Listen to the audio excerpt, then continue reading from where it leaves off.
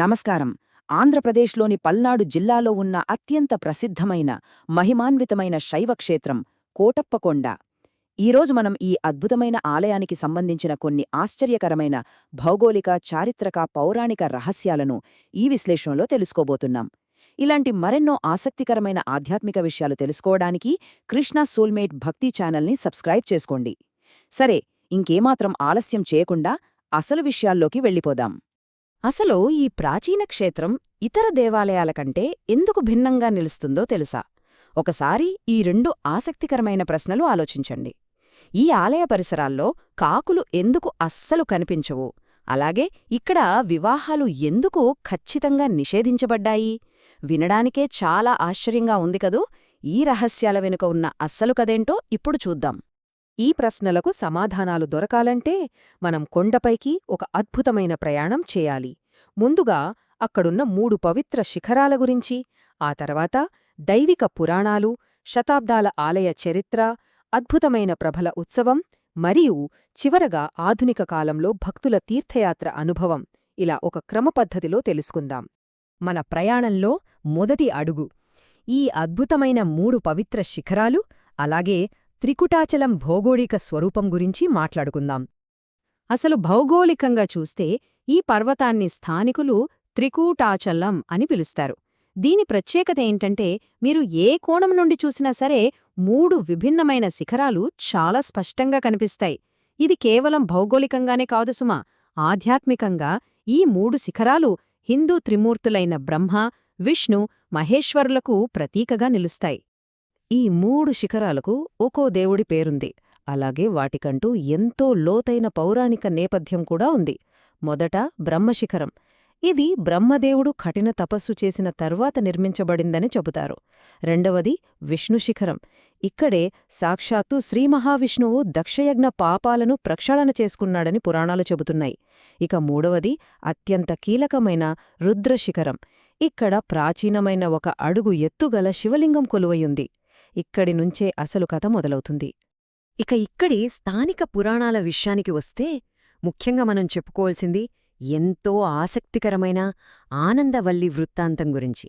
ఇప్పుడు మనం చూస్తున్న కొత్త కోటేశ్వర ఆలయం అసలు ఎలా ఏర్పడిందో ఈ కథ వింటే మీకు స్పష్టంగా అర్థమవుతుంది. ఆనందవల్లి అనే ఆవిడ పరమ శివభక్తురాలు. ఆమెను గొల్లభామ అని కూడా అంటారు. ఆమె ప్రతిరోజూ రుద్రశిఖరంపై ఉన్న పాత కోటేశ్వర ఆలయానికి వెళ్లి శివుణ్ణి భక్తి శ్రద్ధలతో పూజించేది. ఆమె అపారమైన భక్తికి మెచ్చిన శివుడు ఆమెకొక వరమిస్తాడు. అయితే ఆమె ఇంటికి వెళ్లే దారిలో ఎట్టి పరిస్థితిలోనూ వెనుదిరిగి చూడకూడదని ఒక కండీషన్ పెడతాడు. కాని పాపం, బ్రహ్మకొండ వద్దకు రాగానే స్వామి తన వెనుక వస్తున్నాడా లేదా అని ఆమెకొక చిన్న సందేహమొచ్చి వెనక్కి తిరిగి చూస్తుంది. అంతే, ఇచ్చిన మాట తప్పడంతో పరమశివుడు ఆ క్షణంలోనే ఆ ప్రదేశంలోనే ఒక రాతిలింగంగా మారిపోయాడు. అదే ఇప్పుడు మనం చూస్తున్న ప్రధాన ఆలయం. మనం వీడియో మొదట్లో అనుకున్నాం కదా, కాకులు ఎందుకు కనిపించవు అని. దానికి ఆన్సర్ ఇక్కడే దొరుకుతుంది. ఆనందవల్లి స్వామికి అభిషేకం చేయడం కోసం పవిత్ర జలాన్ని ఒక బిందెలో తీసుకువెడుతుండగా దారిలో ఒక కాకి ఆ నీటి బిందెపై వాలింది. దానితో ఆమె నీళ్లు అపవిత్రమైపోయాయని విపరీతమైన కోపంతో ఇకపై ఆ కొండపైకి కాకులు అస్సలు రాకూడదని శపించింది. ఆ పురాణ శాపం వల్లే నమ్మినా నమ్మకపోయినా నేటికీ ఆ ఆలయ పరిసరాల్లో మనకు ఒక్క కాకి కూడా కనిపించదు. సరే, మరి ఆ రెండో రహస్యం వివాహాల నిషేధం గురించి కూడా తెలుసుకుందాం. సాధారణంగా మనకు పెద్ద పెద్ద శైవక్షేత్రాల్లో కూడా శివపార్వతుల కళ్యాణోత్సవాలు కన్నుల పండుగగా జరుగుతుంటాయి కదా. కాని కోటప్పకొండలో అలా జరగవు. దానికి కారణమేంటంటే, దక్షయజ్ఞం తర్వాత పరమశివుడు ఇక్కడ దక్షిణామూర్తి రూపంలో కఠినమైన తపస్సు ఆచరించాడు. అంటే ఆయనిక్కడ నైష్టిక బ్రహ్మచారి రూపంలో కొలువయున్నాడనమాట. స్వామివారు పూర్తి బ్రహ్మచారి అవతారంలో ఉన్నారు కాబట్టే ఈ ప్రదేశంలో వివాహాలు చేయడం ఖచ్చితంగా నిషేధం. ఈ పురాణకథలన్నీ ఒక ఎత్తైతే, ఈ ఆలయానికి సంబంధించిన శతాబ్దాల చరిత్ర ఇంకొక ఎత్తు. ప్రాచీన చోడుల కాలం నుండి ఆధునిక యుగం వరకు ఇది ఎలా అభివృద్ధి చెందిందో ఒకసారి చూద్దాం. ఈ ఆలయ చరిత్ర కేవలం మాటల్లో చెప్పేది కాదు, చారిత్రక ఆధారాలతో నిరూపించబడింది. సాషే 1172వ సంవత్సరంలో వెలనాటి చోళరాజులు వేయించిన శాసనాలే దీని ప్రాచీనతకు అతి పెద్ద నిదర్శనం. ఆ తరువాత కాలంలో అంటే 1761లో రాజా మల్రాజు నరసింహరాయనివారు భక్తులు కొండపైకి సులభంగా వెళ్లేందుకు రాతి మెట్లను నిర్మించారు. ఇక ఆ తరువాత మన ఆధునిక యుగంలో 1999వ సంవత్సరంలో వాహనాలు నేరుగా కొండపైకి వెళ్లేందుకు వీలుగా ఒక చక్కటి ఘాట్ రోడ్డును కూడా నిర్మించడం జరిగింది. ఇందాక మనం చెప్పుకున్న ఆ 18వ శతాబ్దపు రాతి మెట్లున్నాయి కదా, నరసరావుపేట జమీందారులు నిర్మించినవి. అవి ఎన్నో తెలుసా? ఖచ్చితంగా 703 రాతిమెట్లుంటాయి. భక్తులు ఎంతో శ్రద్ధగా ఈ మెట్లెక్కుతూ పైకి చేరుకుంటారు. ఆ మెట్లు ఎక్కి పైకి వల్లటమంటే మాటలు కాదు. ఎందుకంటే ఈ పర్వతం సముద్ర మట్టానికి అక్షరాల 1587 అడుగుల ఎత్తులో ఉంటుంది. ఒక్కసారి ఆలోచించండి. అంత ఎత్తులో ఉన్న ఆలయానికి కాలిబాటను చేరుకోవటం నిజంగానే ఒక గొప్ప ఆధ్యాత్మిక సాధన కదూ. ఇక మనమిప్పుడు కోటప్పకొండ అనగానే అందరికీ ఠక్కున గుర్తొచ్చే అద్భుతమైన ప్రభల ఉత్సవం మహాశివరాత్రి వేడుకల గురించి మాట్లాడుకుందాం.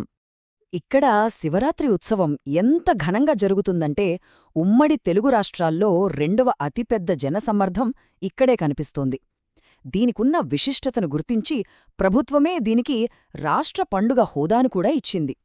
ఆ రోజున ఎక్కడ చూసినా భారీ తప్పెట వాయిద్యాలు, శివభక్తుల శక్తివంతమైన నృత్యాలు, అలాగే ట్రాక్టర్లు, ఎడ్లబండ్ల మీద పర్వతం వద్దకు కానుకలతో తరలివచ్చే భక్తులతో ఆ ప్రాంతమంతా ఒక పెద్ద ఆధ్యాత్మిక కోలాహలంగా మారుతుంది. ఈ మొత్తం పండుగలో సెంటర్ ఆఫ్ అట్రాక్షన్ ఏంటో తెలుసా? అవే మన ప్రభలు. చుట్టుపక్కల గ్రామాల భక్తులు అత్యంత సుందరంగా అలంకరించి తీసుకొచ్చే ఈ బ్రహ్మాండమైన ప్రభలు దాదాపు 100 అడుగులకు పైగా ఎత్తులో ఉంటాయి. అలా ఆకాశాన్ని తాకుతున్నట్లుగా నిలబడే ఆ ప్రభలను చూడటానికి నిజంగా 2 కళ్ళు చాలవు. చివరిగా ఈ రోజుల్లో ఎవరైనా ఆ కొండను దర్శించుకోవాలనుకుంటే వారికి లభించే ఆధునిక తీర్థయాత్ర అనుభవం ఎలా ఉంటుందో చూద్దాం. ఈ ఆలయ ప్రాంగణం ప్రాచీన పవిత్రతను, ఆధునిక ఆకర్షణలను చాలా అద్భుతంగా బ్యాలెన్స్ చేసింది. ఇక్కడ స్వామివారికి ప్రత్యేకంగా అరెసను నైవేద్యంగా సమర్పిస్తారు. ఇది ఇతర ఆలయాల్లో మనకు అంతగా కనిపించదు. అంతేకాకుండా ప్రశాంతంగా కూర్చుని ధ్యానం చేసుకోవడానికి ఒక అద్భుతమైన ధ్యానమందిరముంది. పిల్లలకు, ప్రకృతి ప్రేమికులకు ఆసక్తి కలిగించేలా జింకల పార్కు, కృత్రిమ జురాసిక్ పార్క్ కూడా ఇక్కడ ఏర్పాటు చేశారు. ఇక దర్శన సమయాల విషయానికొస్తే ఉదయం 6 గంటల నుండి మధ్యాహ్నం 1 గంట వరకు, మళ్లీ మధ్యాహ్నం 3 గంటల నుండి రాత్రి 8 గంటల వరకు స్వామివారిని దర్శించుకోవచ్చు. ఈ ఎక్స్ప్లెయినర్ని ముగించే ముందు ఒక్కసారి ఆలోచించండి. ఒక శపించబడిన కాకి, ఒక వెనుతిరిగిన చూపు, ఇలాంటి శతాబ్దాల నాటి ప్రాచీన పురాణాలు నేటికి ఈ ఆధునిక యుగంలో మిలియన్ల కొద్ది ప్రజలను ఒక ఉత్సవానికి ఎలా ఆకర్షిస్తున్నాయి? అంటే పురాణాలకు మరియు ప్రజల విశ్వాసానికి ఉన్న ఆ శాశ్వతమైన శక్తికి ఈ కోటప్పకొండ ఒక సజీవ సాక్ష్యమని చెప్పొచ్చు కదా. ఈ విశేషాలన్నీ మీకు ఎంతో ఆసక్తికరంగా అనిపించాయని ఆశిస్తున్నాను. ఇలాంటి మరెన్నో లోతైన ఆధ్యాత్మిక విశ్లేషణల కోసం మర్చిపోకుండా కృష్ణ సోల్మేట్ భక్తి ఛానల్ని సబ్స్క్రైబ్ చేసుకోండి. మరో అద్భుతమైన అంశంతో మళ్ళీ కలుద్దాం. నమస్కారం.